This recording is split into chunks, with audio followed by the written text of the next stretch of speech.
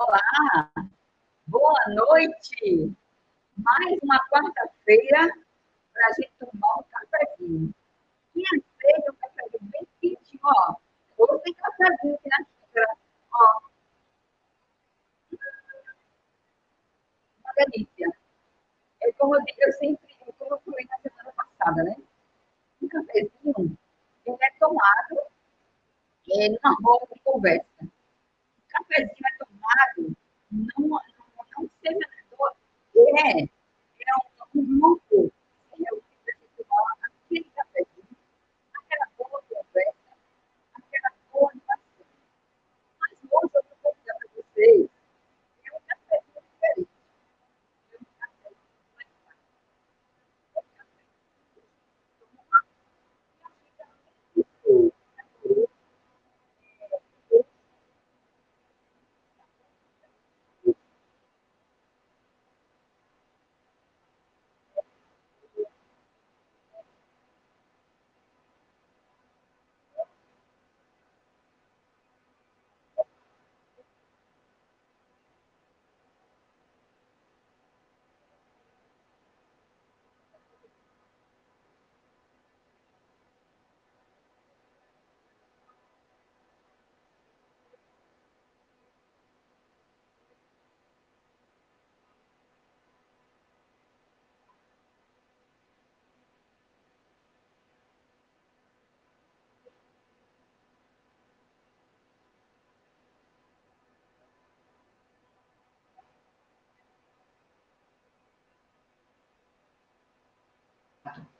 Nós somos uma comissão de leigos na Arquidiocese de Olinda e Recife, onde nós temos o nosso bispo, Dom Fernando Saburito, e o arcebispo, Dom Limacedo Antônio.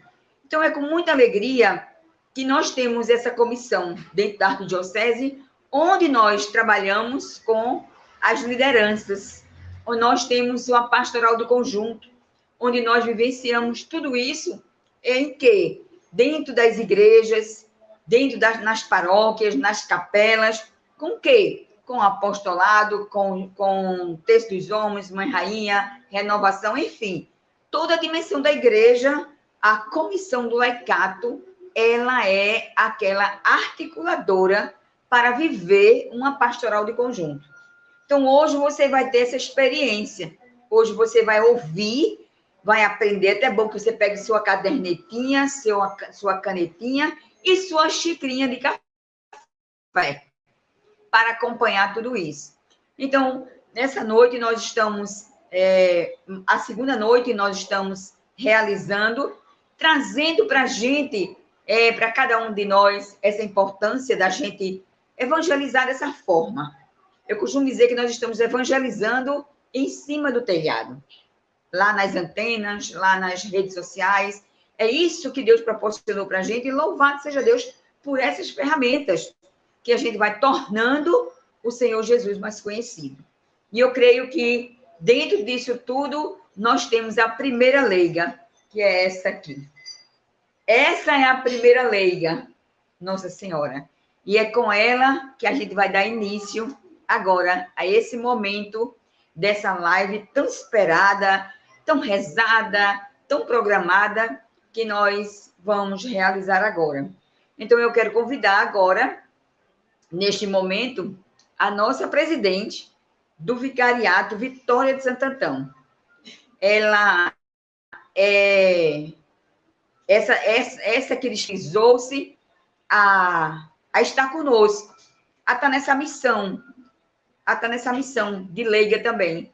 Então, acredito que muitas pessoas já conhecem lá em Jaboatão, é uma articuladora, enfim, ela vai se apresentar e nada melhor do que ela mesma para falar da missão dela. Então, eu quero convidar agora a nossa presidente do Vicariato, Vitória de Santo Antão. Seja bem-vinda, Paulina! Obrigada. Boa noite, minha irmã. Boa noite. Boa noite mesmo. Boa noite porque estamos aqui, não é? E boa noite porque vamos começar mais uma missão. Mais uma missão. É isso. Mais uma missão. Que bom, não é? Estarmos aqui para começar a uma conversa bem descontraída com o nosso cafezinho. O nosso cafezinho. Nosso Vamos cafezinho. brindar, Paulina? Vamos brindar? Vamos. Vamos brindar este momento, né? Pronto. E aí? Vamos brindar. E o que é que acontece, não é? O nosso convidado, quem será, Graça, que estamos aqui esperando, ansiosas, não é? Olha, eu vou dizer a você, esse convidado de hoje, de fato, ele veio de uma moção, de uma oração onde nós rezamos e nós pedimos, lembra, Paulina, que nós pedíamos ao Senhor, Senhor, quem é que o Senhor quer? Né? Quem é que o Senhor quer para estar conosco nesse trabalho que é uma referência para a gente? Então, esse nosso convidado, para mim, ele é uma referência muito grande. Eu tenho ele assim no coração, um carinho muito grande. E eu fico muito grata pelo valor que ele dá para os leigos, pelo valor que ele nos apresenta, que nos representa também. E para mim, em vários momentos, eu senti leiga, mais leiga, mais leiga, mais leiga, mais leiga, diante de tudo que ele representou naquele momento, que então ele nem saiba, nem lembre e nem se veja que situação ele nos colocou. Então, para mim, é uma grande alegria tê-lo conosco. Mas quem vai apresentar ele é você, Maria Paulina. Você. Vamos ver, não é? Lá do Pai Damião. Né? Então, está contigo. Então, veja, eu gostaria também de dizer que sou Maria Paulina, sou do Vicariato Vitória de Santo Antão, mas que agora eu me sinto muito feliz de estarmos aqui recebendo o nosso pastor, que está conosco, mas que eu vou passar até para frente a bandeira, para depois ele se apresentar também para nós. Porém, eu estava pensando, eu sou Maria Paulina, mas somos o Vicariato Vitória de Santo Antão, com suas 13 paróquias, mais uma se preparando, tudo com o nosso vigário episcopal, Monsenhor Maurício Roberto Diniz de Souza, veja aí, o nome potente, na sede do vicariato, na paróquia de Santo Antão. Então, sinta-se bem-vindo, meu convidado, ao nosso cafezinho. Iniciando o bate-papo, ele vai ser, para nós, a representação da igreja. E a gente queria que ele pensasse assim, nós estamos representando o laicato. E aqui, em seu lugar, está a igreja. E o que é que a gente lhe pede? Para todos os leigos que estão nos assistindo, quem é o nosso Dom Limacedo? O senhor poderia dizer para a gente? Porque a ansiedade de dizer é muito grande de ouvir.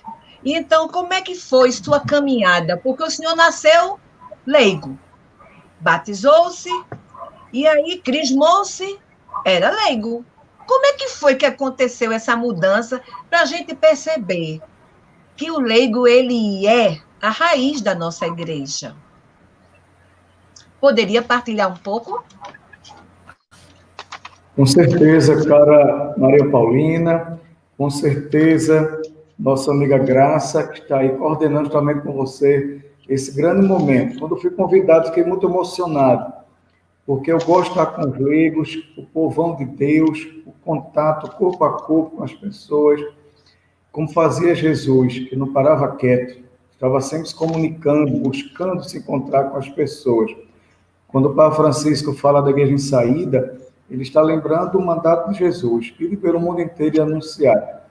Eu sou de Nazaré da Mata, a 60 quilômetros daqui de Recife, lá nasci, lá me criei, com meu irmão e outros jovens, coordenamos, fundamos o grupo de jovens Nazaré da Mata, Tenho minha origem na Legião de Maria, imagine você.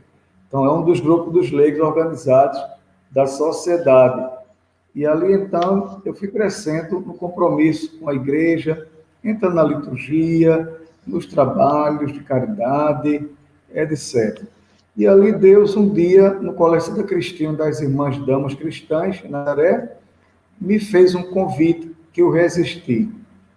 Não queria ouvir, porque meus planos, minha vida estava toda programada.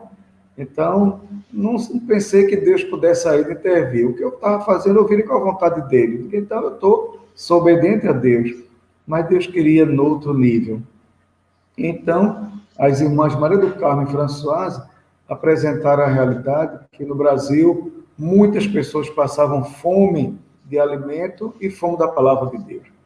Eu então disse, não é comigo, não me compete, eu nem sou político, nem quero ser, nem sou padre, nem quero ser, mas ali era o que Deus queria, Maria Paulina. E aquilo ficou feito uma gota d'água na minha cabeça, aquela goteira na casa, a água caindo sobre as panelas, e durante o mês eu me questionei muito. Meu Deus do céu, o que é que o Senhor quer de mim? Não já está tudo claro na minha vida? Eu não já planejei tudo? Desejo me casar um dia, ser pai de 6 filhos, fazer minha faculdade, ajudar minha família. Estava tudo organizado. E Deus vem e desorganiza tudo. Ou melhor, organiza do jeito que Ele quer. Porque o salmista diz, os meus pensamentos não são os vossos pensamentos. Então, por isso que é importante dizer, como os santos sempre disseram e dizem, Senhor, o que queres de mim? O que queres de mim? Paulo tem que levar uma cipuada grande para poder abrir o coração. Era fiel a Deus, do seu jeito, mas Deus queria que ele tomasse um outro caminho. Então, Jeremias, o que é que queres de mim? Os profetas, o que é que queres de mim, Senhor? Maria Santíssima, Graça lembrou, né? A primeira leiga, a primeira missionária. Ela perguntou, mas como é que isso vai acontecer? Não é que Nossa Senhora duvidasse da ação de Deus. Ela queria entender melhor para trabalhar melhor, corresponder melhor. E hoje também aqui vamos nos ajudar nesse debate, né? E aí vamos orando, suplicando a Deus, a iluminação do Espírito Santo, vamos abrir os corações, a mente e a vida e nos colocarmos nas suas mãos para que Ele faça nós o que desejar. Depois de 32 anos de padre, Deus me chama para ser bispo e olhe de onde? Auxiliar de Olinda Recife. Meu Deus do céu. Para mim é uma grande honra e um grande compromisso. Uma honra porque ser bispo da igreja, não por vaidade, eu nunca desejei, nunca sonhei, né? Mas se Deus quis, por meio da igreja, eu resisti o que pude novamente, eu sou muito resistente a certas coisas. Viu? Mas depois Deus me derruba e fazer a vontade dele. Aí foi o profeta Jeremias, seduziste-me, Senhor, me deixei seduzir. Numa luta desigual, dominaste-me, Senhor, e foi tua vitória. Mas a honra está ao lado de Dom Fernando Saburido. Nós estudamos juntos, Mosteiro de São Bento, Teologia, e um dia eu perguntei a ele, o senhor pensou em ser bispo? Ele disse, nunca, eu queria ser monge, basta, e trabalhar comigo. Aí é que eu nunca pensei bem. Mas a gente sempre se admirava mutuamente, sempre se quis bem. Mas para dizer, do desígnio de Deus, né? E se estamos aqui, eu estou feliz, satisfeito, estou aprendendo nessa grande universidade que eu digo, que é a Arquidiocese de Recife, e Dom Fernando é um grande professor, o diretor da escola. E nós estamos muito contentes, não é, com a sua presença. E eu poderia também trazer à memória mais 2 fatos. Eu tive mais aproximação com o Senhor na minha paróquia, com o padre Damião, o senhor lembra que foi lá em janeiro deste ano, na festa de Santo Amaro, não é?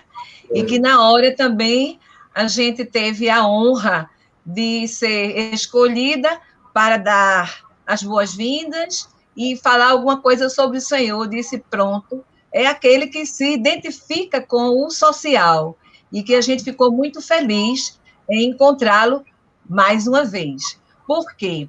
Não sei se o senhor lembra, mas no dia 25 de janeiro, lá na Várzea, houve um seminário um seminário que era também a abertura da campanha da fraternidade, um olhar de ternura, era o que era lembrado para a gente.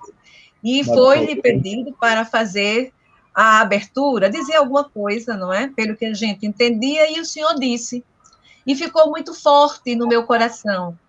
Tive a graça de conhecer e ser abençoado pela irmã Dulce. E era santa. E hoje a igreja a reconhece. Que este encontro seja fortalecimento, confirmação e sensibilidade. Ela diz, importante é não falar de caridade, é fazer caridade. E neste momento eu fiquei pensando, eu faço ou não faço?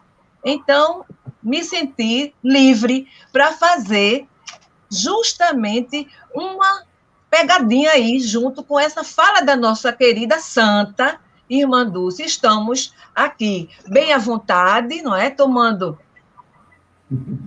um cafezinho, então eu pensei. Ela disse que importante é não falar de caridade. E a gente poderia dizer, fazendo uma pontinha, o importante é não falar de laicato. É fazer caridade. E a gente diria, é fazer a caminhada do laicato. E foi por isso que a gente pediu que o senhor nos honrasse, não é? Com a sua caminhada. E aí eis o testemunho, não é? Porque muitas vezes os alunos, os que nos seguem, ficam muito mais impressionados com o testemunho do que com o próprio mestre. Obrigada pela sua caminhada, porque naquela época o senhor era leigo, porém teve o chamado e assumiu. E então a gente queria, com todo respeito, agradecer, porque hoje, nesse momento, a gente pegou esse seu partilhar para dizer aos nossos leigos, se forem chamados, digam sim, digam sim. Existem muitos lugares, é uma série de serviço na paróquia, na igreja, que pode ser assumido. Então, o primeiro passo, o que fazer para mudar o mundo? Porque é nossa missão mudar o mundo. Então, por tudo que a gente escutou do seu testemunho, do testemunho daquela que o senhor dizia bem, ela era santa, e a igreja depois a reconhecia. Então, amar, não é isso? Amar. É isso, para mudar o mundo, a igreja escuta a voz do Espírito Santo. E o que é que a gente pode dizer? Escutando a voz do Espírito Santo, ela traça, na verdade, a ação evangelizadora do seu caminhar e à luz da Sagrada Escritura. E aí, a gente, ao escutá-lo, a gente pode lhe dizer o quanto é importante o que a gente queria, que o Senhor, do jeito que começou, bem nosso, e eu fico mais feliz ainda, porque também sou do Nordeste, brasileiríssima. Então, o senhor começando o caminhar, o que o senhor poderia acrescentar nesta sua caminhada, que deixou de ser laical para ser consagrada, mas a raiz é tão linda que a gente se sente à vontade de ouvi-lo, de se aproximar e também de partilhar com o Senhor. O que o senhor poderia partilhar para nós sobre o papel do laicato? A gente pedia hoje isso, o papel do laicato, mas não solto, não sem saber o que ele vai fazer, nas diretrizes da ação evangelizadora da igreja. Mas não é só a igreja do Brasil, que a gente está preocupado neste momento com o nosso Brasil, com ele que está muito solto, e acrescentaria, dentro do tempo, dentro do caminhar da gente, a constituição da cidadania. Amém? É um desafio grande, né? É um desafio grande, mas agradável. Eu farei com todo o meu coração, toda alegria, com aquilo que Deus me possibilita fazer. Vamos pedir invocar o Espírito Santo, porque sem ele nós somos fracos. Somos como uma folha seca, solta, levada pelo vento. Então, que sejamos uma folha vicejosa, uma folha bonita, perfumada. E com seu Espírito, Deus nos conduz aonde que Ele quiser. Ele nos fale e nos diga o que Ele quer comunicar à sua igreja. Você falou bem, no contexto brasileiro, nesse momento. Em todos os momentos na história, a igreja vai se colocar uma pergunta: o que é evangelizar? E de forma organizada, a nossa igreja no Brasil, na América Latina, ela tem dado sua resposta. E de forma sistematizada, justamente nós vamos ver um pequeno histórico, para depois ver o conteúdo sobre essas diretrizes gerais, que eram chamadas de ação pastoral, e depois passaram em 95 para a ação evangelizadora. Chamo então a atenção de todos para que possamos fazer um momento de oração. Vinde, Espírito Santo, encher os corações dos vossos fiéis, acender neles o fogo do vosso amor. Enviai sobre o vosso Espírito, tudo será criado, e renovareis a face da terra. Oremos, Deus, que instrui os corações dos vossos fiéis com as luzes do Espírito Santo. Segundo o mesmo Espírito, gozemos sempre sua consolação. Por Cristo nosso Senhor. Amém. Glória ao Pai, ao Filho e ao Espírito Santo. Maria, Mãe da Igreja, rogai por nós. Por nós. São Cornélio e Cipriano, mártires da Igreja, rogai por nós. Rogai por nós. Então, vamos brindar o cafezinho, né? A sua xícarazinha, a sua xícara bonita, muito bem trabalhada. E a de graça também. A minha é muito discreta. Mas é importante que sempre guarde o café, né? É, igual mesmo. Com todo respeito, o conteúdo é o mais importante que o continente, né? O que eles passam de contém. Mas também é importante o espaço que contém. Então, meus amigos e minhas amigas, aproveitando que a senhora me tenha dito sobre o que o Espírito diz às igrejas. Está lá no Apocalipse 3:6. As igrejas de Filadélfia, a igreja Laodiceia, a igreja de Éfeso, as igrejas, as comunidades. E ali o anjo vai traduzindo o que é que o Espírito de Deus vai dizendo àquelas comunidades. A diretriz geral da ação evangelizadora é pela fé eu acredito, seja o que o Espírito de Deus quer para nós, iluminando os bispos, os redatores, os debatedores. Já por 2 assembleias eu participo da CNBB e vejo como é confeccionado um documento, Paulino. Não é uma coisa improvisada, uma comissão estuda. Depois manda para os bispos. Os bispos, quando chegam na Assembleia, normalmente depois da Páscoa, já estudaram, podem apresentar emendas. E mesmo lá, se apresenta mais emendas. É muito interessante. Um documento da CNBB, vocês tenham a certeza de que só sai quando é o pensamento da maioria. É muito interessante. Uma coisa de Deus, com respeito, com as diferenças que temos, não só de tamanho, de cores, de origens, mas diferença de formação, de personalidade, cada um é único, mas a gente se une por conta do Espírito Santo. A obediência ao Espírito que nos une, e esse Espírito não é qualquer Espírito, é o Espírito de Jesus, o Filho do Gênero do Pai. O Espírito que procede do Pai e do Filho. E é o Espírito que vem a cada um de nós nesse momento e está indo a cada coração. Que o Espírito Santo venha com força, nos ajude, nos faça viver a conversão pessoal, a conversão eclesial, a conversão da nossa família, que padece de tantos problemas, de tanta dificuldade, tantos desafios. Né? A falta de amor, de compreensão, de diálogo, a falta de emprego, a dificuldade da saúde, dos relacionamentos dos cônjuges, os filhos, com suas ideias, que nem sempre conseguem convencer os pais nem sempre conseguem convencer os filhos, mas você falava do testemunho. Eu lembro de Paulo VI, que dizia: o mundo precisa de mestres e de testemunhos, porém, precisa mais de testemunhos. Se os que dão testemunho forem cada vez mais capacitados, isso é importantíssimo, mas o principal é o testemunho. Porque às vezes eu posso dizer: faço o que eu mando e não faço o que eu faço. É incoerência. E a querida madre que eu conheci, irmã Dulce, né, ela não falava tanto, ela fazia.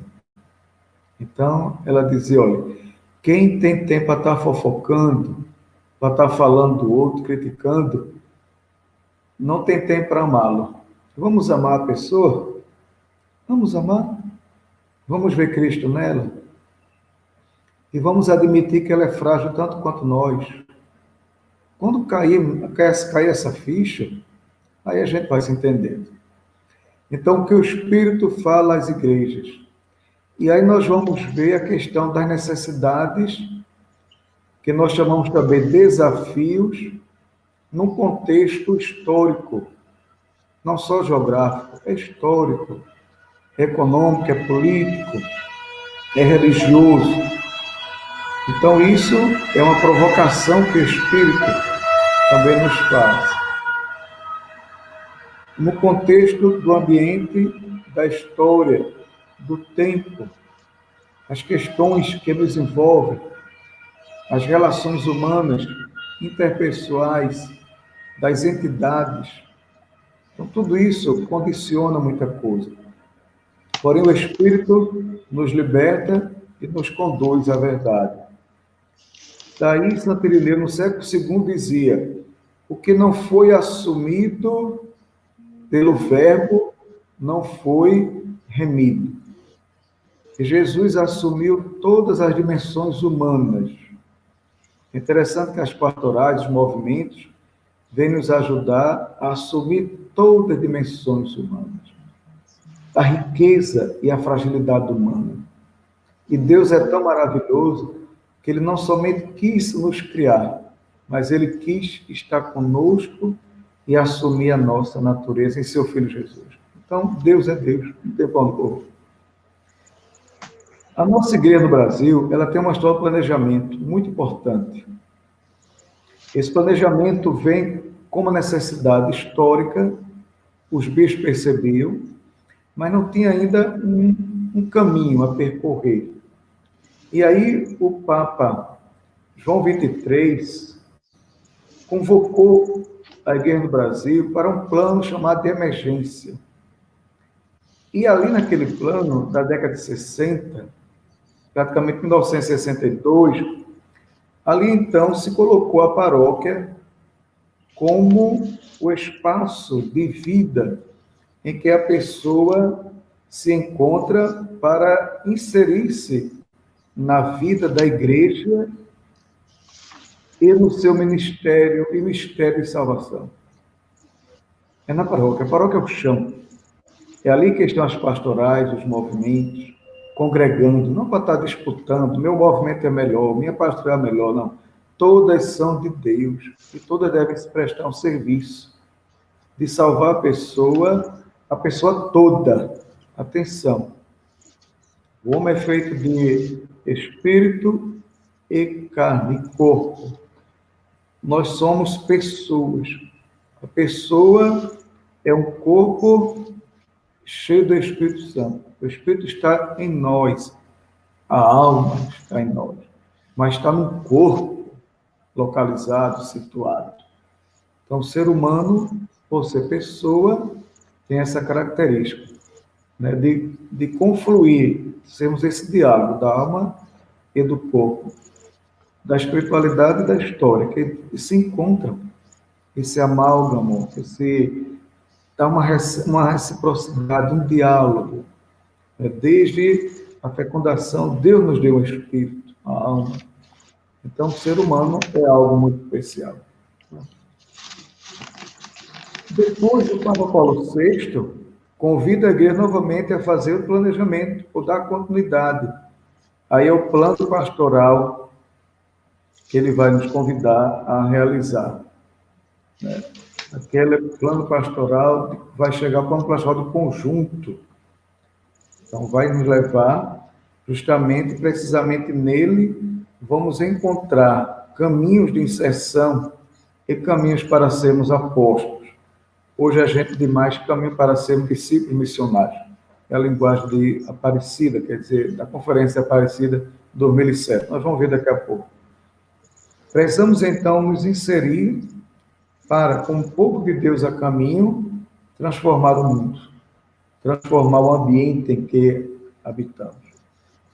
Mas para que eu transforme o outro, eu tenho também que estar caminhando para me transformar, deixando que Deus trabalhe em nós como o oleiro trabalha o barro. É Deus que vem e o Espírito Santo é aquela água que vai amolecendo o barro, vai juntando o barro e informando o amor, dando forma amorosa e nos convencendo a sermos discípulos missionários. Então, o plano de pastoral de conjunto vem e é organizado e montado entre 1966 e 1970. Vai fazer uma síntese daquilo que o Concílio Vaticano II nos proporcionou. O Concílio Vaticano II é o maior evento da história do século passado, como evento preparado pela renovação litúrgica, renovação da teologia, da prática social, do envolvimento dos cristãos, o movimento bíblico, então, o movimento do Espírito, tudo vai concorrendo para o Vaticano II. A década de 50, ela foi uma grande preparação para o Concílio Vaticano II, ocorrido na década de 60. Então, nós vamos ver, o Brasil vai aprender, o mundo inteiro vai aprender, reaprender a origem trinitária da igreja. E o modelo de igreja que Deus nos quer é justamente o povo de Deus. A Bíblia tem muitas imagens sobre a igreja, plantação de Deus, edifício espiritual, campo de Deus, edifício, corpo místico de Cristo e povo de Deus. Sem dispensar nenhum desse modelo, a igreja faz uma opção pelo modelo povo de Deus. Porque para lembrar a origem da nossa experiência no Antigo Testamento, como o povo caminhando pelo deserto, uma terra prometida. Então, a igreja que se encontra na Trindade e é chamada a ser dela portador da sua esperança, do seu amor e da sua comunhão. São João Paulo II dizia: Deus não é solidão, é família. Pai, Filho e Espírito Santo. E nós nascemos numa família humana. Então, a família humana vai se espelhar na família divina. Essa família, então, vai percebendo, é convidada a prestar um serviço ao mundo. Então, o diálogo com o mundo é a Gaudium et Spes. As alegrias, as tristezas, esperanças, desafios do mundo de hoje são as alegrias, tristezas, esperanças do discípulo de Cristo, da discípula de Cristo. Esse povo discípulo celebra a Eucaristia. Aí vem, estamos no documento Sacrosanto Concílio sobre a liturgia. Esse povo ora, esse povo se redescobre amado por Deus na lêxico divina. Então, o lugar da Bíblia no coração da nossa fé. O diálogo permanente com a palavra de Deus. Então, são coisas fundamentais. A questão da missão, a de gente, o documento sobre a missão. E aí a igreja se redescobre missionário, não só missionário, aquele que é padre, aquela que é freira, que veio de outro país, mas todos os batizados somos missionários e missionários. Todos, sem exceção. Eu trabalhei com a infância missionária, olha, eu vibrava com aquelas crianças, que muitas converteram os pais para ir para a missa, para fazer caridade. As crianças, lugares onde a gente não conseguia chegar, como edifícios, todos fechados. Aí se conhecia uma criança daquelas ali, e aí por meio daquela criança chegava outras crianças, outras famílias. A Legião de Maria, a gente ia convidar os coleguinhas para missa, ia visitar os encarcerados, lia a palavra de Deus, segundo o manual da Legião de Maria, e ali tinha a palavra de Deus.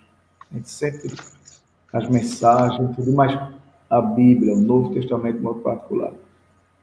Um cristão não se entende sem ler a Bíblia. Já dizia São Jerônimo, desconhecer a Sagrada Escritura é desconhecer a Jesus Cristo. Daí o mês de setembro, a cada ano, vai nos levar a visitar um livro da Bíblia. Este é o Deuteronômio, como a gente já trabalhou, né, em várias lives, na comissão da Bíblia, da catequese. Então, esses movimentos são muito importantes. Documentos sobre o diálogo ecumênico, unitatis reintegração, a reintegração da unidade. Esses documentos é que deram aquelas linhas que a Igreja no Brasil dizia, linhas pastorais. Primeira linha, então, a questão, linha comunitária e participativa, a linha missionária, a linha bíblico-catequética, a linha litúrgica, a linha ecumênica, do ecumenismo e do diálogo interreligioso, a linha da sócio-transformadora. Então, os documentos que eu citei, Gaudium et Spes, Lumen Gentium, sobre o que é a igreja, quem é a igreja, Dei Verbo, sobre a palavra, Unitatis Reintegração, a integração da unidade, salvação do conselho, justamente a liturgia, e assim por diante. Daí vem as diretrizes que nós temos hoje. As diretrizes que vão nos convidar a vivermos, enquanto igreja particular, em cada diocese, o projeto de Deus. O que o Espírito quer as igrejas.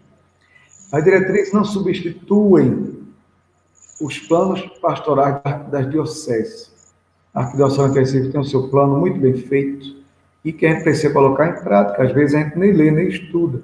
Tem gente que não conhece ainda. Mas as diretrizes dão unidade à igreja no Brasil. As diretrizes fomentam tantas experiências maravilhosas de norte a sul desse Brasil. Eu lembro como teve um tempo que se fez um documento sobre o Nordeste, que era uma dificuldade muito grande, e muitos debates foram feitos, até que a gente foi aprendendo que não é que a gente fosse acabar com a seca, ia ter que saber conviver com a seca. É um fenômeno, é muito forte. Agora, com isso, eu não estou dizendo que a gente vai concordar com as queimas que estão acontecendo nas florestas. Está sendo um absurdo no Brasil. Nos Estados Unidos acontece, e ali parece que é de mais forma natural. E aqui está acontecendo, e tudo indica, pela ação depredatória do homem, que tem muitos interesses, né, de substituir aquelas matas por plantações, por gado, quando já temos estudos que comprovam que a gente não precisa fazer isso. O Brasil tem terras para isso. A gente está vendo as calotas do norte e do sul da terra derretendo, animais morrendo, porque não tem onde ficar. Né? E a gente sabe, se esses animais existem, eles têm um papel para cumprir. Daqueles micro-organismos, como diz o Papa Francisco, tudo está interligado. A gente não pode matar, né? A gente tem que dar vida. Então, zelar as plantas, zelar os pássaros, os animais, eles louvam também a Deus. Que documentos e que eventos importantes da América Latina contribuíram para as nossas diretrizes? Certamente aquela reunião primeira, ou digo melhor, segunda dos bispos da América Latina, porque a primeira foi em Rio de Janeiro, na década de 50 no Brasil, mas que não teve aquela consequência toda. Medellín foi um divisor de água, ou melhor, atualização do Vaticano II na América Latina. A reunião de Puebla, eu era adolescente, e nós estudamos no Centro de Formação em Nazaré, o documento de Puebla. Eu digeri, eu comi aquele documento. Feliz, porque a igreja tinha feito a opção pela juventude, pelos jovens. E os jovens ficamos orgulhosos. como a igreja nos ama, como a igreja nos quer bem. E também a opção pelos pobres, a maioria das pessoas, e ali dizia o rosto dos pobres, número 33, quem quiser conferir. Então, aqueles que estão desanimados, aqueles que estão distantes, aqueles que são explorados, empobrecidos, não somente pobres, mas empobrecidos. Hoje a gente fala aqueles que são vulneráveis, que são invisibilizados. Então, essas são as faces, né? Aqueles que moram na rua, aqueles que não têm casa, não têm teto, não têm água potável, aqueles que estão sofrendo com a pandemia. Como se pode roubar, minha gente, no momento desse, tirar o direito do povo ter saúde? É um crime que clama os céus. A gente não tem o direito de fazer isso, não, né? Daí o diálogo entre os governadores tem sido importante no Brasil nesse momento. Nem sempre se acertou, é claro, mas pelo que eu vejo, se procurou o melhor, dialogando e respeitando a ciência. Nós não podemos ser contra as evidências da ciência.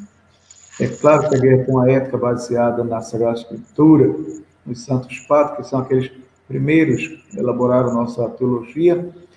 A igreja tem seu pensamento, e ela defende e propõe ao mundo o seu pensamento, porque ela sabe bem que está fazendo a maldade, né? E é importante a gente atender, observar o que diz também a ciência. É um aprendizado muito longo, tem seus limites, é verdade. Mas não pode ser. Em 90, na década de 90, tivemos, 92, a reunião Santo Domingo, que foi lá na República Dominicana, onde se falou da importância do laicato. Essa conferência foi muito importante. Eu pediria para vocês estudarem depois.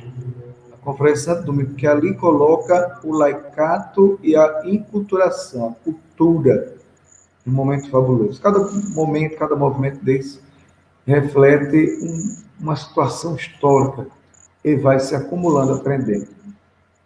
E, ultimamente, o último documento, a última conferência americana, justamente de Aparecida, 2007. E ali, então, vai se falar do discipulado. Não só discípulos e missionários, não. Discípulo missionário. É como dizia o Papa, diz o Papa Bento, está vivo ainda, o cristão é como se fosse aquela duas faces da moeda. Ele é discípulo, é missionário. Para ser missionário tem que ser verdadeiro discípulo, quer dizer, tem que se ajoelhar, contemplar a palavra de Deus. E se perguntar, meu Deus, o que é que você quer comigo mesmo? Às vezes a gente vai resistir, né? Eu não quero ouvir isso não é para mim. E Deus depois diz, ei rapaz, fica quieto aí, é para ti, eu confio em ti, eu te darei os dons, vamos, coragem, eu quero contar contigo. Deus está dizendo isso nessa noite. Eu quero contar com vocês, leigos e leigas dessa arquidiocese, para levar o projeto de Deus adiante, para colocar o Evangelho de Cristo no coração de cada uma, de cada mulher, que mora nos edifícios, nos condomínios, que mora nas favelas, que moram nas ruas. Então Deus quer falar conosco. Muito bem. E chegamos a Francisco. Mas a gente não pode esquecer, antes de Francisco e os outros papas, Paulo VI, Evangelho Anunciante, que falou sobre a evangelização no mundo atual. João Paulo II escreveu Catequese Tradente, a catequese como fazer com a palavra de Deus, e Christi Fidelis, outro documento importantíssimo. E ali não se fala de leigos, mas fala de fiéis em Cristo. Então, às vezes, dificuldade de entender a palavra leigo, mas vocês sabem bem que no início era aquele que não tinha recebido o dom sagrado da ordenação. Então, laicos e consagrado, né? Mas a gente vê só a palavra lei como alguém que é leigo naquele assunto. Para construir minha casa, eu vou chamar um arquiteto que saiba fazer minha casa, senão vai perder dinheiro e vai me matar, quem sabe, né? Leigo a quem sabe na igreja são aqueles que não têm as ordens sacras. Entendemos bem isso. O Papa Bento XVI presenteou o mundo com documentos sobre a Sagrada Liturgia, justamente após o sínodo sobre a palavra. E Francisco, ultimamente, com a Evangelii Gaudium, a alegria do Evangelho. E qual é a proposta do modelo de igreja que Francisco traz? Em continuidade com outras orientações. Eu vou abrir um parênteses aqui para fazer uma alerta. Vocês sabem que tem gente que ainda não admite o Papa Francisco como Papa? Vocês têm ideia que tem gente que ainda pensa que o Papa é Bento XVI? Atenção, nem Bento XVI quer isso, porque ele é um de igreja, homem sério, homem orante. Ele entregou a função e argumentou: meu juízo está bom, mas o corpo não acompanha. Eu não vou fazer o bem à igreja que Deus me pediu. Eu fiz enquanto pude, mas agora eu tenho que entregar, passar a tocha olímpica para outro. E os seus cardeais ajudarão. Eu fiquei chocado, certamente. Vocês ficaram, certamente. Fazia 700 anos que isso tinha acontecido, né? Então, todo mundo ficou chocado, mas ele foi responsável. Ele foi altamente responsável. E os cardeais que elegeram Bento XVI foram os mesmos que elegeram Francisco. Então, vamos culpar os cardeais? Os cardeais não foram instrumento na mão de Deus, minha gente? O Papa é Francisco. Bento XVI é Papa emérito. E nós o amamos como amamos a todos os papas. Para mim, a questão de fé, cada Papa vem no tempo certo. E o próximo que vier, eu vou também amar. E assim por diante. É questão de fé. Se somos igreja, temos que estar em comunhão com o Papa e com os bispos. Sem comunhão com o Papa e sem os bispos, não é igreja. Por isso, tenho medo de gente que diz que não está com o Papa nem com os bispos. Corram de perto, pelo amor de Deus. Mas antes de correr, digo a ele: meu irmão, se converta. Deus quer você nesse grande grupo. Então, o que é que Francisco está nos convidando a realizar? A sermos uma igreja em saída, uma igreja da alegria, da esperança. Ele fala que o Evangelho oxigena a vida. Então, vamos nos deixar oxigenar pela palavra de Deus. E o Papa nos chama a ser igreja em saída e atrás dos afastados e daqueles que estão em situação de vulnerabilidade. Aqueles que não estão tendo sua vida, sua dignidade respeitada, estão diante dos excluídos. Uma igreja que está presente, plantada numa sociedade de mercado, onde tudo vale a partir do dinheiro. Não pode. O dele tem seu papel, sua função, mas o dele não é tudo. E a economia não é tudo. Tem várias cores na vida. A economia é um dos elementos da vida. E o pior é idolatrar o mercado. E aí as pessoas vão ser coisificadas. Não podem, são pessoas. O Papa, então, nos convida a voltar às fontes. Tem gente que diz: eu gosto das tradições da igreja. Cuidado. Às vezes a gente fica na tradição de um tempo, mas não é aquela tradição original. A gente fica pelo meio do caminho, atrás de tantas coisas, e esquece aquilo que é o fundamental. Tem gente com saudade de coisa que nunca experimentou. Eu alerto para isso também. Uma igreja que volta às fontes. É importante ler a história dos santos padres chamados Doutor da Igreja. É importante ler a Sagrada Escritura. Uma igreja centralizada em Cristo, insiste o Papa Francisco. Em toda a sua vida, suas opções, seu compromisso. Por que Jesus morreu? Por que ele morreu? O Evangelho coloca duas grandes causas. O acusaram de se fazer semelhante a Deus. E o acusaram de querer tirar o rei e ficar no seu lugar. Então, Jesus teve uma causa religiosa e uma causa política de sua morte. O cristão também tem uma atuação que leva a uma consequência política. Não falo aqui de política partidária, eu estou falando da política do bem comum, do geral. E a gente tem que estar atento a isso, porque o ser humano é um ser político. É um ser que toma decisão. E às vezes eu me omito, e minha omissão também é uma tomada de decisão, que tem consequência. O Papa nos convida a ser mensageiro da misericórdia. Essa misericórdia no conceito mais largo possível. Eu gosto sempre de ver na palavra misericórdia duas outras. O coração de Deus, o cor e a miséria humana. Então, Deus ama a cada um de nós. Ama a todos sem exclusão. Mesmo que dê atenção, muita atenção especial àqueles que estão mais distantes e mais excluídos. E nos convida a todos a nos voltarmos para eles, para atraí-los para Deus. É importante que o Papa também ensina por isso mesmo para ter essa opção pelos pobres. Porque a vida, a glória de Deus é o homem e a mulher vivos, dignificados. E a glória do homem e da mulher é contemplar a Deus.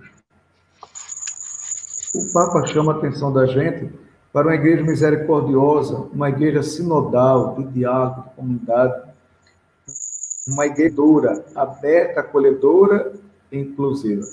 Uma igreja não autorreferencial. A referência é Cristo. O documento sobre a Igreja Vaticano II chama-se Lumen Gentium, a luz do mundo. Mas não é a igreja, primeiramente. A igreja é enquanto reflexo da luz que é Cristo. E o documento vai começar dizendo assim, confiram depois, em Cristo, luz do mundo. Então a igreja é luz, né? Porque é o sol e a lua. Cristo é que é o sol, não a igreja. A igreja é a lua. A igreja tem vida própria, a lua tem vida própria, ela comunica, ela não tem luz própria, comunica a luz que vem do sol.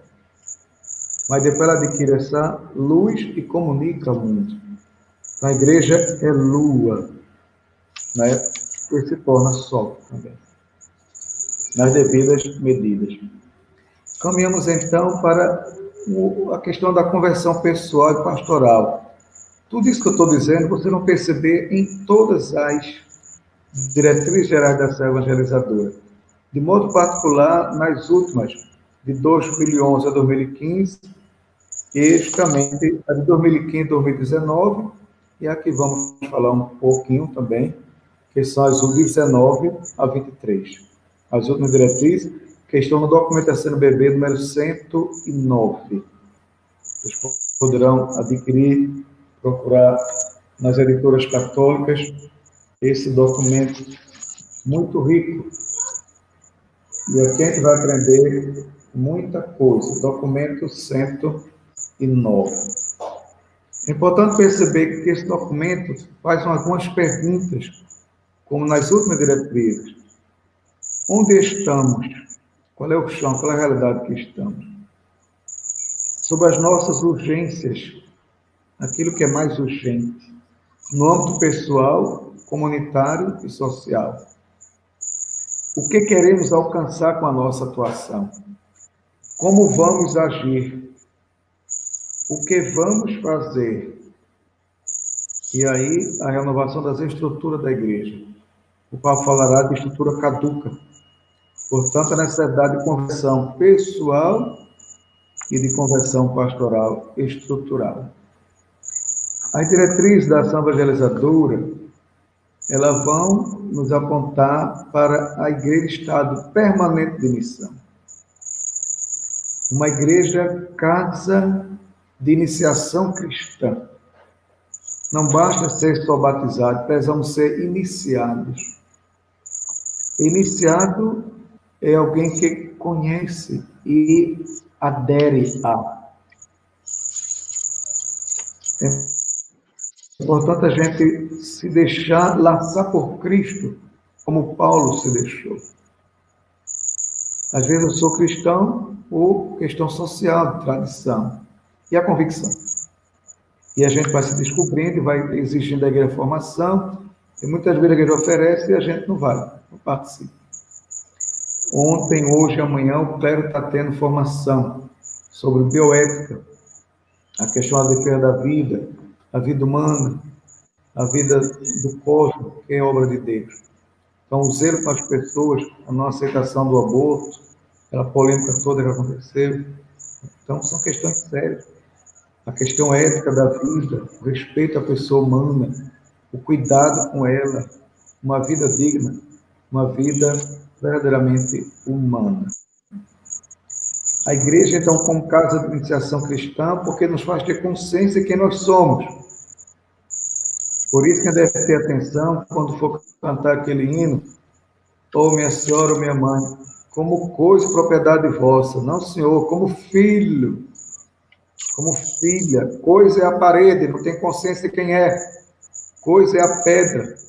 Eu tenho consciência. Eu não sou coisa, eu sou filho de Deus, pessoa. Né?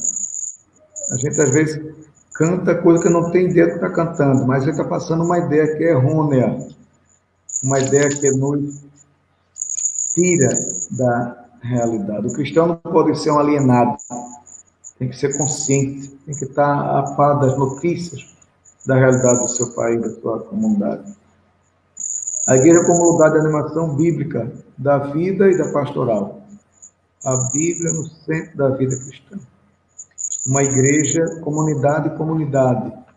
Aí os grupos, as pastorais, os movimentos, porque na paróquia, no mundo moderno, na cidade grande, a gente vê a paróquia não só territorial, mas como uma paróquia afetiva, né? Às vezes se vai para a igreja porque se gosta da pregação do padre, se gosta do ar-condicionado, da poltrona. Todo mundo quer comodidade, tem direito. Mas eu preciso também ter uma raiz, ter um grupo com o qual me comunico, com quem eu formo comunidade. Os grupos da renovação, os grupos do Texto dos Homens, os grupos da Legião de Maria, da Apostolado da Oração, os diversos grupos, eles têm também suas raízes, mas não podem fugir das diretrizes, tem que estar em diálogo com elas. E formar comunidade, porque é muito importante eu saber com quem posso contar, o ombro que eu posso chorar, as mãos que eu posso abraçar, e os pés aos quais do lado eu posso caminhar. Uma igreja revisora da vida. E aí, as diretrizes atuais vão nos recordar tudo isso, mas sistematizando a partir de pilares. O pilar da palavra, o pilar do pão, o pilar da caridade e o pilar da ação missionária. Então, a palavra. Aí vamos ter a iniciação cristã, a animação bíblica e a vida da pastoral. A palavra de Deus. Se fez até uma casa.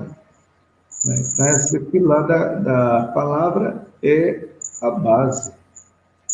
Mas também a igreja é convidada a ser, sendo igreja nas casas, como era a igreja primitiva, se tinha reunião na casa de Priscila, de Áquila, se tinha reunião na casa de várias pessoas, aquela reunião nas casas é que deu origem à igreja. O pilar do pão, que eu recebo na liturgia e alimento na espiritualidade. O pão da partilha, o pão da palavra de Deus que ilumina a minha vida, o pão da Eucaristia. Quem vive vê o pão da Eucaristia, vive vê o pão da palavra de Deus, abre o coração para que todos tenham o pão nosso de cada dia. É então o pilar da caridade, o serviço à vida plena. E o pilar da ação missionária, o estado permanente de missão. Então, veja bem, a igreja está se vendo no Brasil como uma casa, e que tem essa base, Deus, o pão, a liturgia e a espiritualidade, a caridade, que é o amor vivenciado, e a ação missionária. Não podemos parar de anunciar Jesus Cristo, oportuna e inoportunamente. A todos temos que comunicar aquilo que São João vai dizer na primeira carta, aquele que nós ouvimos, tocamos, vimos, o verbo de Deus, este vos anunciamos. Temos muito batizados e poucos evangelizados. É preciso puxar essa evangelização, esse encontro, essa intimidade com Deus, que se faz pela oração, pela leitura da Sagrada Escritura e pelo confronto da vida com o irmão. Era um pouco do que O Espírito soprou para que eu pudesse comunicar, e aí a gente pode dialogar. Maria Paulina, Graça, todos estão nos acompanhando nessa noite que eu acho que foi muito interessante para mim também, porque a gente estuda mais, reza mais, quando é provocado. Mas nessa situação de a gente observar e refletir da sua fala agora, não é? Se a gente conseguisse pensar na fala do nosso Papa Francisco, quando ele diz que peço a Deus que cresça o número de políticos capazes de entrar num autêntico diálogo, que vise efetivamente sanar as raízes profundas e não a aparência dos males do nosso mundo. Eu estou me sentindo perdida nisso aí? Ou é um desejo impossível de acontecer? Também, quando o João Paulo dizia também assim, que o que falta no homem, no mundo, é ser mais humano. Então, essa questão de humanidade, o que é que está acontecendo com a nossa humanidade? O que é que está acontecendo que a gente está esquecendo de que ser humano é conviver com o outro. Eu sozinho não sou humano, eu sozinho nem sei quem sou, que nós fomos criados para viver nessa sociedade. E a gente fica assim. Uma coisa que o Papa Francisco diz que está nos fazendo muito bem é ele dizer que o bem pode contagiar, não é isso? Então, diante de tudo que o senhor diz aí, dessas diretrizes, que a gente só precisava prestar atenção, só precisava respeitar, só precisava lembrar mais de Jesus. O que é que a gente podia de dizer, de ajudar numa visão diferente desse foco que a gente pedia ao Senhor? Obrigada pela reflexão sobre as diretrizes da ação da igreja. Só não entendeu quem não estava focado, mas estava dentro da sua fala, conseguiu entender que o senhor fez uma caminhada bem tranquila do que estava acontecendo. E esse tema que a gente trouxe para o senhor era bem instigante. No final, ele dizia assim: e a Constituição da Cidadania. Ou seja, quem obedeceu, quem seguiu o caminho que o senhor traçou agora para o laicato, que somos a maioria, que estamos realmente precisando só ser ouvido, não é? A gente ficou pensando, Ulisses Guimarães foi um político que deixou algo que me fez muita impressão, quando ele disse, na Assembleia, no discurso dele de presidente da Assembleia Constituinte, o inimigo mortal do homem é a miséria. E mais miserável do que os miseráveis é a sociedade, que não acaba com a miséria. Então, assim, tudo que o senhor disse é para a gente seguir, ter como direção, como caminhar, prestando atenção, é o nosso tesouro. É que Jesus se preocupou muito em nos ensinar como caminhar. E por que o homem sai desse caminho e ele não pode fazer nada? Pelo livre-arbítrio, o que ele nos dá, ele não toma. Por que o homem sai? Porque o que é que está faltando para a gente, não é? O Brasil que se alimenta não se dá conta do Brasil que passa fome. E agora? Essa pergunta é muito importante. Eu pediria que depois lessem das diretrizes, documento 109. Então, aqui, do documento 109, as diretrizes, os números 171 a 185. 171 a 185. Por quê? Aqui está o pilar da caridade, a serviço da vida. Ele vai falar aquilo que o Vaticano já dizia, as alegrias e tristezas do homem e da mulher do século, são as alegrias e tristezas do discípulo de Cristo.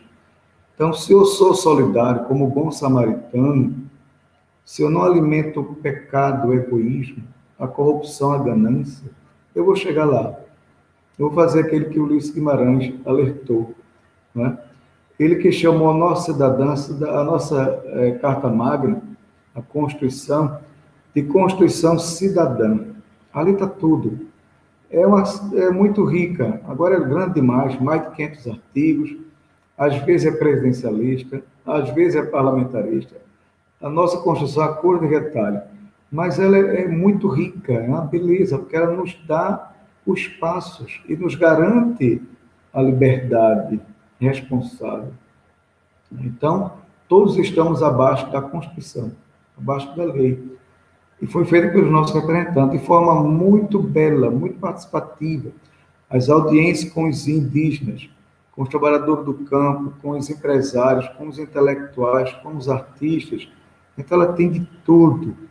Tanto é que estão num momento difícil, de negação da cidadania, onde muito direito de participação estão sendo tirados nas contas nossa na prática. Está na Constituição, mas na prática, às vezes, não acontece. Você veja que nos ministérios de todo o Brasil tinha sempre um conselho que acompanhava. Foram cortados, né? Então, parece que não se quer ouvir mais as pessoas. E elas é que sabem onde é que dói. Elas têm que se pronunciar. Então, essa participação, o documento vai falar que essa participação ela é necessária como vivência da fé. Organizar grupos de trabalho, grupos de reflexão, grupos que ajudam as pessoas a ter dignidade. A própria caridade ela tem 3 níveis, eu gosto de lembrar. O nível da assistência, o nível da promoção social e o nível da libertação. Se a pessoa está com fome, já dizia Deoder Câmara, né? O nosso ex-arcebispo e santo, a igreja vai reconhecer aquilo que ele é.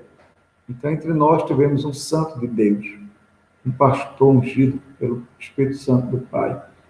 Alguém que sofreu como Cristo sofreu. Nosso Senhor disse, ó, quem quiser me seguir, não prometo coisa fácil não, viu? Tome sua cruz dia após dia, a cruz da incompreensão, a cruz de ser desamado, preterido, a cruz de ser caluniado, e ele foi, nós sabemos da história. Então, quem quiser ser santo mesmo, prepare para sofrer. Já dei a Sagrada Escritura. E Santa Teresinha de Jesus dizia, Senhor, o Senhor tem poucos amigos, o Senhor é muito exigente, né? Sou exigente, sim, eu não quero qualquer amigo, quero amigo de verdade. Então, Jesus não quer cristão só de fachada, é cristão de verdade. E aí eu ouvi o clamor que vem do povo, que cobra a dignidade. Meu Pai Francisco vai por aí. Mas ele, resumindo, encoraja a estudarmos a doutrina social da Igreja. Nós, cristãos católicos, precisamos conhecer mais da Sagrada Escritura, dos dogmas da Igreja e da doutrina social da Igreja. Observe, tem a doutrina teológica, dogmática, mas também tem a doutrina social. Não é só ensinamento social. João Paulo II mudou a expressão, complementou e atualizou na solicitude de rede social, um documento que ele fez sobre as questões sociais, comemorando a Renovado Leão XIII, ele vai dizer a doutrina social. Tem a doutrina teológica, dogmática, e tem a doutrina social, o que não quer dizer que não tenha teologia nela, vem da teologia, da pessoa de Cristo. Então, o documento chama atenção para participarmos do debate das políticas públicas, daí o curso de políticas públicas na nossa arquidiocese. Lamentável para as pessoas não entenderam na época o que seria aquele curso. Depois entenderam e vários também entraram, né? Foi caindo a ficha. A política pública é algo que demanda responsabilidade, porque estamos no mundo, no século. Também vai chegar às passagens sociais, o mundo da educação, temos que ser presentes no mundo da educação. Nos conselhos paritários, quantas pessoas católicas nas paróquias participam dos conselhos da saúde, da criança, do adolescente, do idoso, da merenda escolar. É ali que a gente vai fazer políticas públicas. Ali que a gente tem espaço para dizer o que a comunidade está clamando. E tem até desses espaços onde tem dinheiro, financiamento, para que a comunidade, o conselho, aplique naquele devido lugar. Eu tive experiência disso como padre, nos conselhos da criança, é muito interessante. Os conselheiros tutelares, eles têm um papel grande na tutela da criança e adolescente. Quantos nós ajudamos a eleger? Era para termos trabalhado nisso. Uma coisa é a política partidária, que o cristão também tem que entrar. Vai vendo, o partido se identifica mais no documento com o pensamento cristão, ele faz parte dele. Aquele que vai ajudar, né, somando as forças para fazer melhor o Brasil. Participar dos conselhos paritários, dos conselhos tutelares, etc., da política partidária também, portanto, dos conselhos de bairros. Ali se define política pública, mas o cristão, às vezes, fica receoso. E diz, eu não vou citar o nome da minha família. Eu entendo, por um lado. Ali anda muita coisa errada. Se a gente for olhar o Rio de Janeiro agora, é um negócio seríssimo. Meu Deus do céu, não escapa ninguém. Não escapa ninguém. E talvez até perto de nós também tenha muitos problemas. Talvez não, tem muitos problemas. Nós precisamos olhar com seriedade, com esperança, com compromisso. O cuidado com a natureza, outro documento do Papa Francisco. E aí a gente vai com tantas coisas importantes. Dom Helder diz muito forte assim, quando os problemas se apresentam absurdos, os desafios se tornam apaixonantes. Era o homem da esperança. Não se deixava derrubar com o peso da cruz. Mas, assim, nosso povo, ele nos desconcerta, nos preocupa, nos angustia, mas é nosso povo. E, apesar de tudo isso, é o povo de Deus. E a gente vai percebendo que o sistema não teme, não é o pobre, não, que tem fome, é o pobre que sabe pensar. E aí não está permitindo, não é? Que essa política que a gente sabe que existem, os dois modos, né, de ser cidadão no país, que está diretamente ligado à escolha de representantes pelas eleições, e que seria a democracia representativa. Mas não tem esse modelo amparado pelo artigo 14 da Constituição de 88, a participação no processo, democracia participativa. E que isso aí teria o voto, mas também teria iniciativa popular, ampliar mais esse conceito. Então, se a gente conseguisse também a presença, não é, do leigo, vendo a política com outros olhos, porque a gente sabe que ela é uma coisa linda, ela é uma coisa muito bonita, mas a situação está aí. A gente só consegue transformar a sociedade se a gente transformar a estrutura. Aí, o que é que a gente conseguiria o que é que o senhor poderia dizer? Como é que nós podemos fazer como leigos cristãos verdadeiros que sentem, que têm encarnado a situação do seu povo? A Conferência de Aparecida, ela atualiza, né? Fala desses rostos sofredores que clamam à porta das igrejas, não é isso? E o Papa Francisco também instiga, quando ele diz, não amemos com palavras, nem com a boca, mas com obras e com verdade. Então, ele ainda suavizou, colocando que é necessário escutar o grito dos pobres, trazendo o Dia Mundial do Pobre, não é isso? Que estamos tendo agora. E então, por que a gente não consegue fazer um trabalho? Até a igreja está tentando, não é? Fez um curso e tudo sobre política para respeitar essas duas características da unidade e da diversidade. Um é diferente do outro, mas a diferença nos distingue, mas não nos afasta. E Por que a gente não... O que está faltando na nossa igreja que a gente possa instigar mais, tornar possível, porque cursos foram oferecidos, a Universidade Católica possibilitou, facilitou, mas política, que a gente precisa entender, ela vai nos ferindo se a gente não consegue ser verdadeiro, ser justo, bem verdadeiro mesmo. Resultado, se a gente não consegue ser verdadeiro, se a gente não consegue entender, não é nem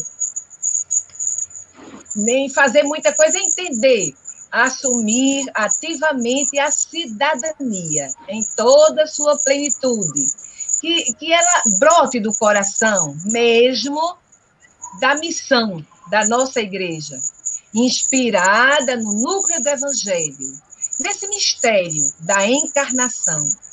Quando a gente escuta a palavra se fez carne e habitou, não é, entre nós, veio morar entre nós.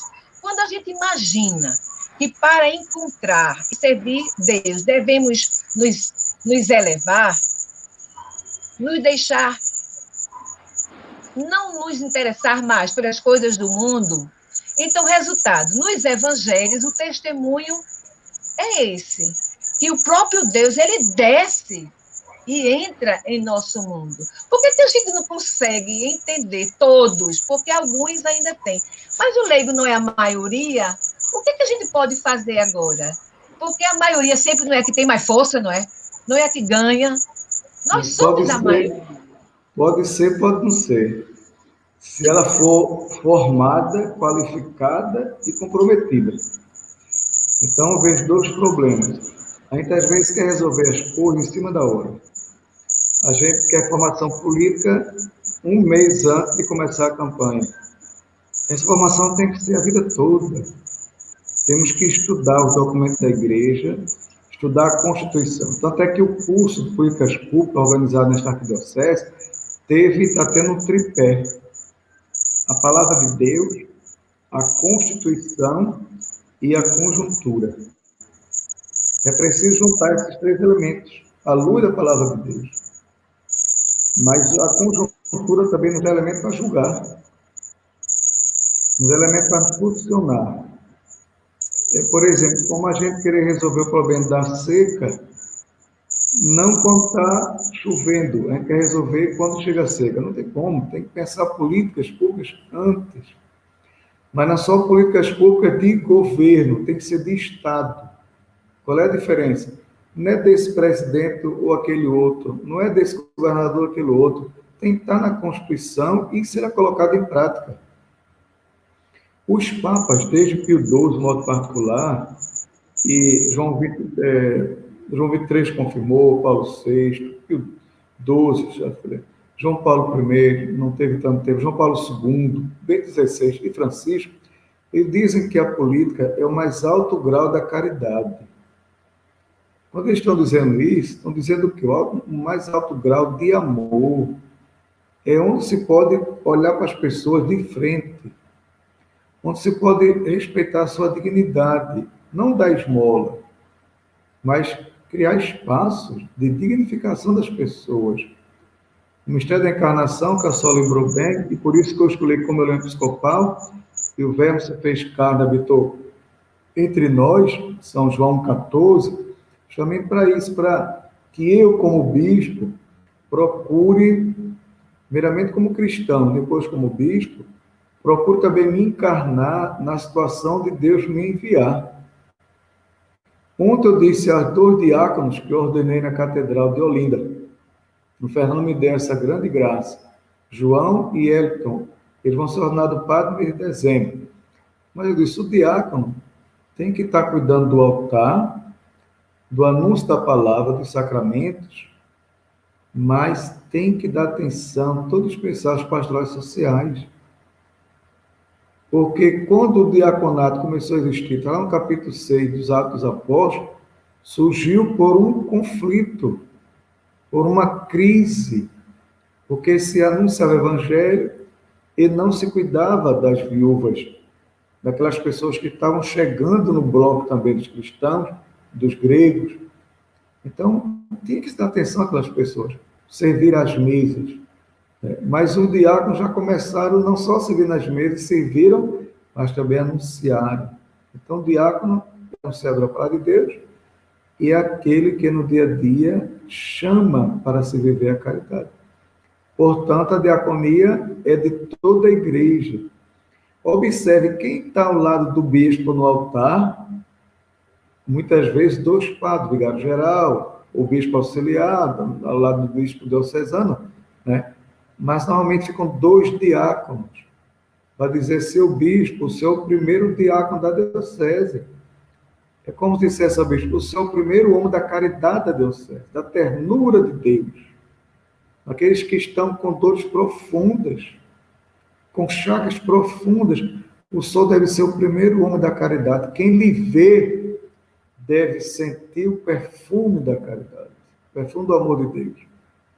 Então, o cristão, o padre, o bispo, o diácono, os movimentos, as pastorais, todo lecato deve comunicar o perfume de Deus, de São Paulo, né? Então, que a gente seja esse perfume de Deus para o mundo, manifestando o amor, no compromisso do dia a dia.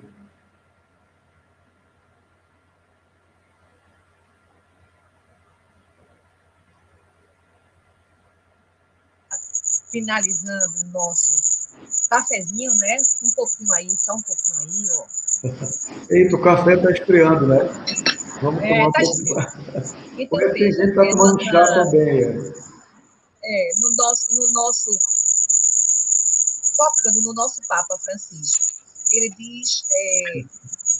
Olha aí, Graça. Essa aí é poderosa, essa aí é poderosa. Acho que foi da princesa Isabel, foi. É somente para concluir. O Papa Francisco, ele diz, peço a Deus que cresça o número de políticos capazes de entrar no autêntico diálogo que vise efetivamente sanar as raízes profundas e não a aparência dos males. Somente esse pensamento que eu gostaria que o senhor partilhasse conosco. Ajudaria se a gente entrasse nessa concepção de que a igreja doméstica é a missão do leigo. Porque já no século III, não é? Não havia templos. E onde é que se reuniam? Nas casas. Toda carta aos Romanos é o capítulo 16 todinho, né? Paulo manda abraços para as casas. Então, a CNBB, quando ela está propondo as comunidades missionárias para reforçar a ideia das pequenas comunidades residenciais, entrar até no mundo dos condomínios, pequenas comunidades nos ambientes de famílias, né, no trabalho, no estudo, na escola, nas amizades, no grupo de amigos.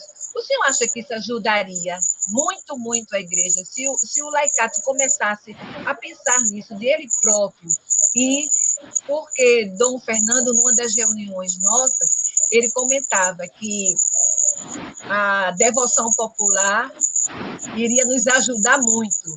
E antigamente as famílias respeitavam muito a trezena de Santo Antônio, não é? Mês de maio, coração de Jesus. O senhor acha que se o laicato começasse a ter coragem, ousadia de penetrar nesses espaços, ajudaria a mexer nessa política aí? E política não é coisa errada, não é coisa suja, mas eles estão passando fome. E aí se vendem por qualquer cesta básica, e aí só na hora, uma semana depois, mas já votaram. E aí? Então, o que é de fato.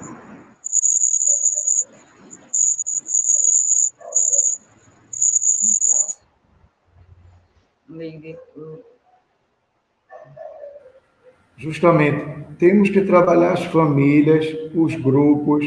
Tanto é que na live que teve sobre a comissão bíblica, comissão catequética, se falou muito nisso. Eu vou dizer ao pessoal da comissão do laicato, porque vocês são essa grande comissão. que tem uma penetração, uma capilaridade muito grande na igreja, né? Então, quero pedir desde já que vocês trabalhem, Graça, na questão da iniciação cristã, viu? A iniciação cristã, estou dizendo amém. A iniciação cristã é fundamental, minha gente. Olhe, se o laicato abraçasse o catecumenato, era uma revolução nessa arquidiocese.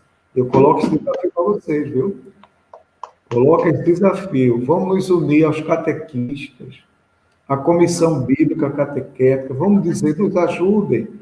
Vamos fazer um projeto para a arquidiocese, para onde a gente atuar, onde vocês atuarem, atuarmos nessa dimensão, porque fazer a experiência de Deus. Quem faz a experiência de Deus, minha gente, não tem para onde. Ficará sempre só com Ele. As pancadas, as incompreensões, a partir de dentro de casa. A gente sabe como é. Quem é de igreja sabe. Que a incompreensão, às vezes, começa dentro de casa. Mas a gente deixa, aí é que a gente vai. Né? Às vezes, a gente está dentro de casa anunciando, aí não dá atenção. Vão dar atenção a alguém de fora. Graças a Deus que deram atenção. Né? Quantas vezes passou por isso? Então, essa preparação é muito importante. Eu desafio vocês a trabalharem na linha neocatecumenal. E aí esse lecatório vai ser uma revolução. Vai pegar fogo. O documento de Aparecida é 536 também. A diretriz, Graça está mostrando. Graça, isso é um manual inspirado por Deus. Vamos estudar esse texto. Eu tentei botar água na boca de vocês. As diretrizes Olha aí, estão aí preparadas. Estão com a arma na mão.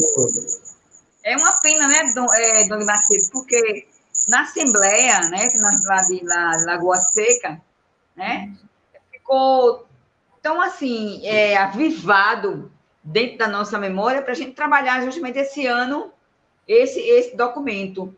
Né? Infelizmente, a gente estamos passando por essa situação, mas assim, esse também é o nosso projeto de fazer realmente um estudo dele online. Olha, Deus nos deu as ferramentas. Eu me proponho também a entrar, ajudar. A Comissão Bíblica Catequética também está à disponibilidade de vocês. Vamos trabalhar, fazer esse pacto. Dom Fernando está esperando isso. Exatamente. Pronto, Dona Marcelo. O senhor veio somente confirmar essa moção nossa. Por quê? No mês de outubro, novembro e dezembro, a gente vai fazer com os presidentes dos movimentos, presidente do vicariato e um presidente dos movimentos pastorais. Para quê?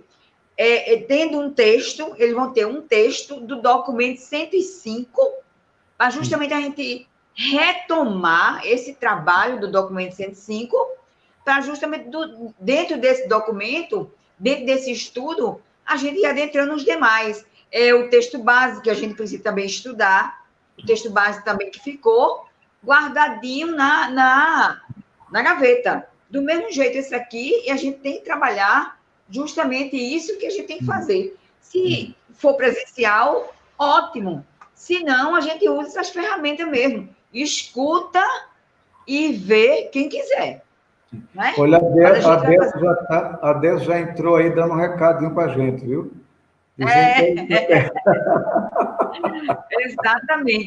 Exatamente. Vamos trabalhar, Deus. Precisar da tua ajuda, Deus, para incentivar o pessoal. Aquilo que o plano de pastoral da Arquidiocese propôs, pediu para a gente. Né? Então, nós temos os instrumentos, não estamos usando ou não sabendo usar. A verdade é essa. A partir de nós, padres, temos que ser humildes e trabalharmos. Tem tempo. As redes sociais estão aí para não dar a quem não possa dar mais uma desculpa para não fazer. Não. Temos instrumentos.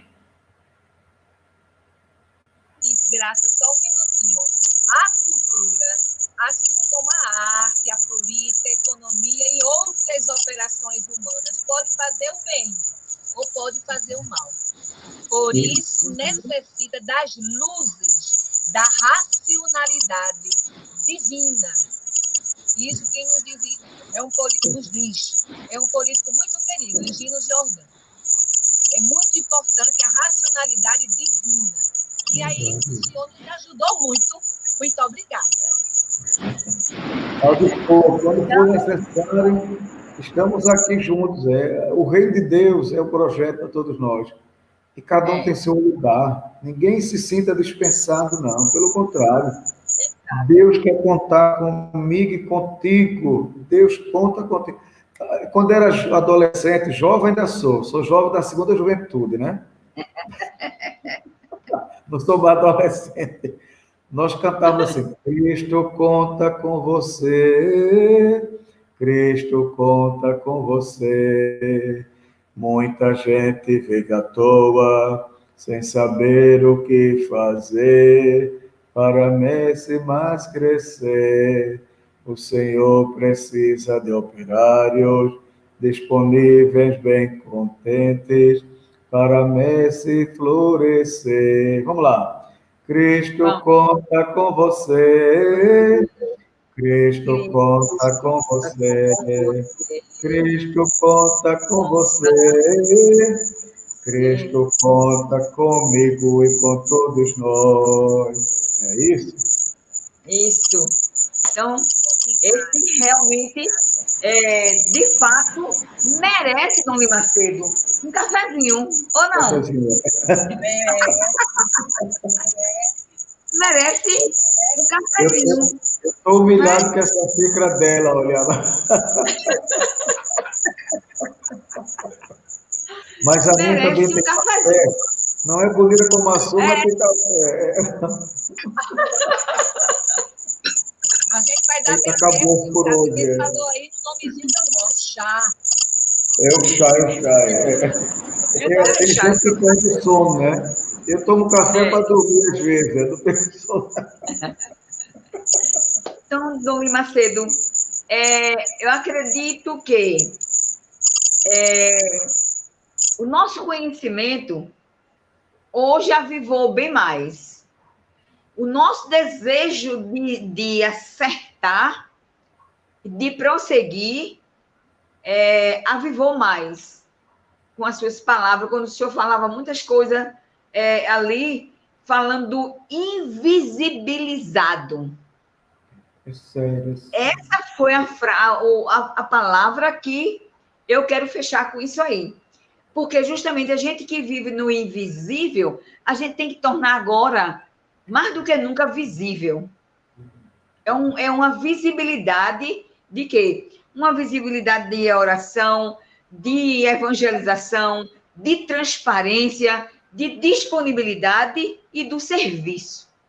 Quando o senhor falava do invisibilizado, me tocou-se profundamente, porque eu acredito que o senhor vivenciou muito isso, né? Nas suas caminhadas, nas suas andadas lá pelos interior da vida. Eu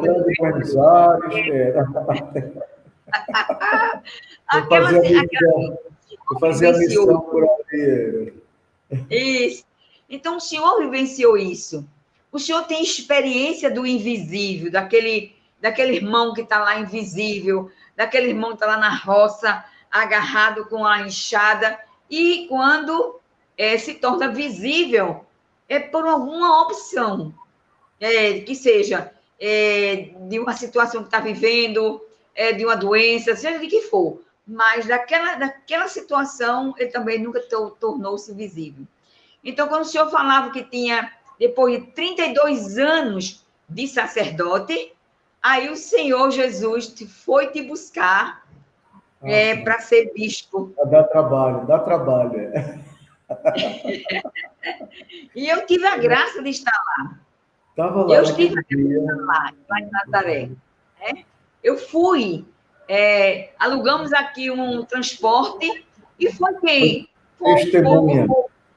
Foi o pessoal do apostolado, da Legião de Maria, da missão, da renovação, Então, estava lá aquela pastoral de conjunto que sabia que ia poder contar com o senhor.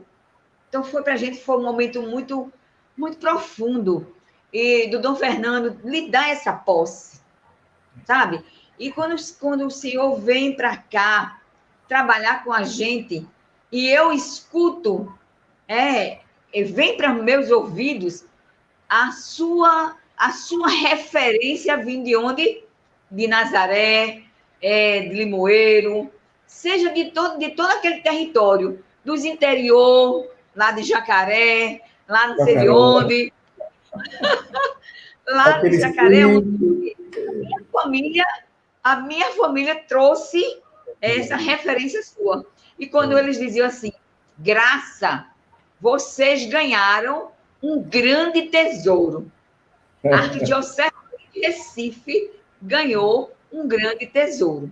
Então, esse tesouro a gente está aqui nas nossas mãos. Está aqui, ó, na minha mão. Jesus Cristo. Né?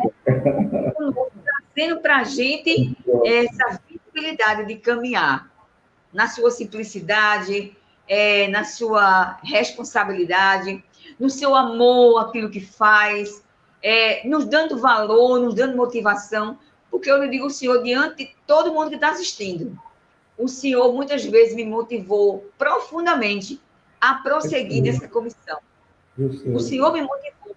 Uma pequena palavra, sabe? Umas pequenas atitudes que talvez eu nem saiba, mas no tempo oportuno eu vou dizer ao Senhor.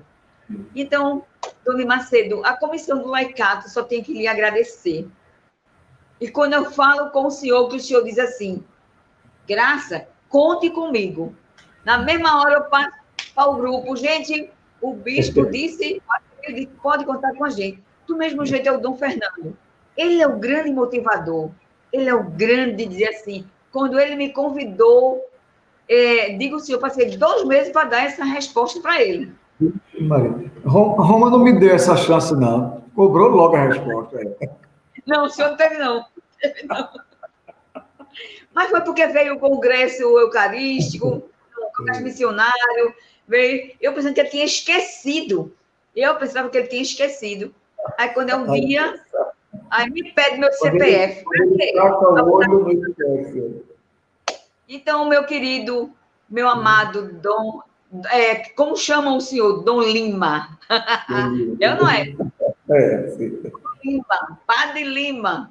Então, nós gostaríamos agora que a gente encerrasse, se o senhor tem alguma palavra para dizer para a gente, uma palavra de motivação, mas que nos desse essa bênção da gente prosseguir como leigos comprometidos com a igreja e a sociedade.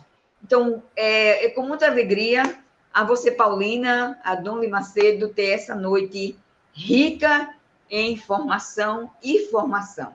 Então, muito obrigado, meu querido Dom Limacedo. Eu agradeço a Deus, a vocês pelo convite, parabenizo por essa iniciativa, que é de formação. O cristão precisa de formação. Nos últimos anos, tenho percebido que a formação caiu, né? Caiu. Nos vários setores da sociedade. As ONGs têm formado pouco, os próprios sindicatos têm formado pouco, os partidos políticos têm formado pouco e também a igreja, em certo sentido, tem formado pouco. Precisamos estar atentos, porque a formação nos liberta. Jesus vai dizer, a verdade vos libertará. Está lá, São João 8,32. A verdade vos libertará. O conhecimento é poder, né? E um poder que liberta. A gente pode ser levado para uma prisão, para uma cadeia, mas a gente está livre pelo conhecimento. Ninguém rouba o conhecimento de ninguém. A gente partilha ou esconde. É melhor partilhar. Eu terminaria recordando o objetivo geral da CNBB, da Conferência Nacional dos Bispos do Brasil. Evangelizar no Brasil cada vez mais urbano, pelo anúncio da palavra de Deus, formando discípulos e discípulas de Jesus Cristo, em comunidades eclesiais missionárias, à luz do evangelho com opção preferencial pelos pobres, cuidando da casa comum e testemunhando o reino de Deus rumo à plenitude. Somos cidadãos da terra, somos cidadãos dos céus.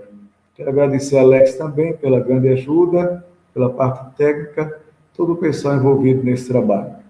Então, abençoe-os o Deus Todo-Poderoso, esse trabalho maravilhoso, o Pai, o Filho, o Espírito Santo. Amém. Que a Virgem Maria nos cubra com seu manto. Ela que cuidou do Filho de Deus, continue cuidando dos seus filhos. Nele somos todos filhos. Amém, amém, amém. Amém. Um grande abraço. Um grande abraço, Paulinho. Foi bom com vocês, foi bom. Na próxima semana é outro ilustre convidado também. Ave Maria. Essa comissão não é fácil não, viu? Não é pouca coisa não. Então, um grande abraço, durma com os anjos e sempre tenha esse olhar de pastor sobre a nossa CAP, sobre a nossa CAP lá e CAP. É especial. Bem? Que juntando com os missionários, todo mundo, a gente siga no caminho da luz. Amém, amém, amém, amém. Tira aí. Beijo.